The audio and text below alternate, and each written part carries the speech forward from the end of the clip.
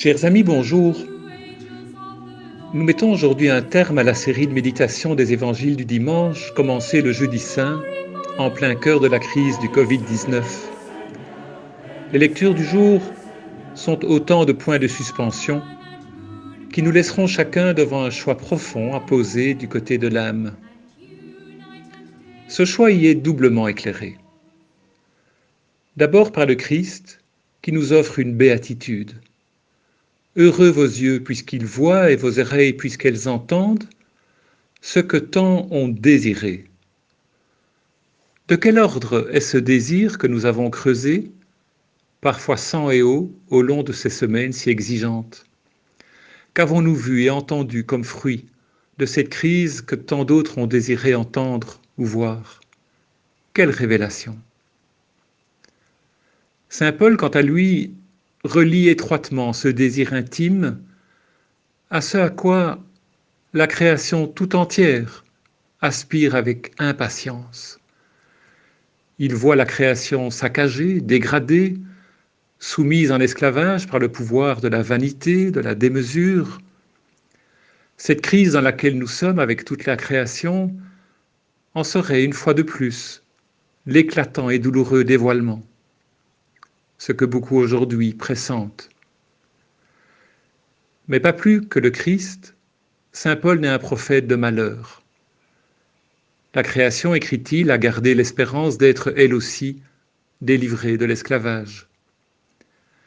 Quand elle est témoin de l'éclatante liberté que les enfants de Dieu ont reçue en Jésus et dont il leur arrive d'être témoins par leur vie, la création espère que de proche en proche, cette liberté aspire tout dans son mouvement de vie. Non pas qu'on y soit parvenu, encore moins par nos propres forces, mais c'est en cours, suggère saint Paul. C'est de l'ordre d'un véritable accouchement. Je le cite. Jusqu'à ce jour, écrit-il, la création tout entière gémit. Elle passe par les douleurs d'un enfantement et elle n'est pas seule. Nous aussi, nous gémissons en nous-mêmes. Nous avons en nous les prémices, les premières traces de l'Esprit Saint reçu. Tout est lié, ne cesse de répéter le pape François. Frères et sœurs, quelle belle façon de nous inviter à discerner ce que patiemment, mais de façon bien réelle, l'évangile de la vie a déjà semé en nous et dans le monde. Désirer en rendre grâce, c'est déjà chercher à voir et entendre tous ces fruits advenus au cœur même de la crise, tout ce qui a été engendré, révélé ces temps-ci du meilleur de notre humanité. Le mot création que Paul emploie fait allusion à la fondation d'une maison et donc à son fondateur, au projet qu'il avait sur la maison commune, à l'espérance qu'il y a placée. La crise que traverse la maisonnée nous ramène ainsi à la fois au fondateur, au créateur, et à la joie qu'il a eue de se retirer pour nous laisser place en tant que co-créateur.